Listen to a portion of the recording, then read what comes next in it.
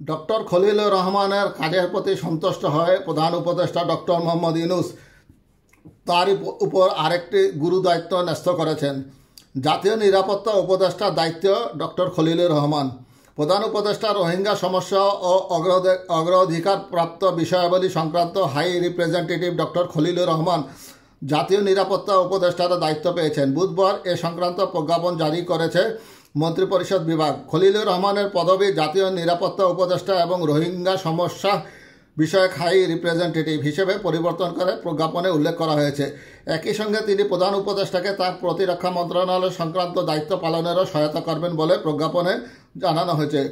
উপদেষ্টার মর্যাদা, বেতন, ভাতা ও সুযোগ সুবিধা দিয়ে গত বছরের 19 নভেম্বর খলিলুর রহমানকে প্রধান উপদেষ্টার রোহিঙ্গা সমস্যা ও অগ্রাধিকার প্রাপ্ত বিষয়াবলী সংক্রান্ত হাই রিপ্রেজেন্টেটিভ পদে নিয়োগ দেয় সরকার। আজ তাকে অতিরিক্ত দায়িত্ব দিয়েছে অন্তর্বর্তীকালীন সরকারের প্রধান উপদেষ্টা অধ্যাপক ডক্টর মোহাম্মদ ইউনূস।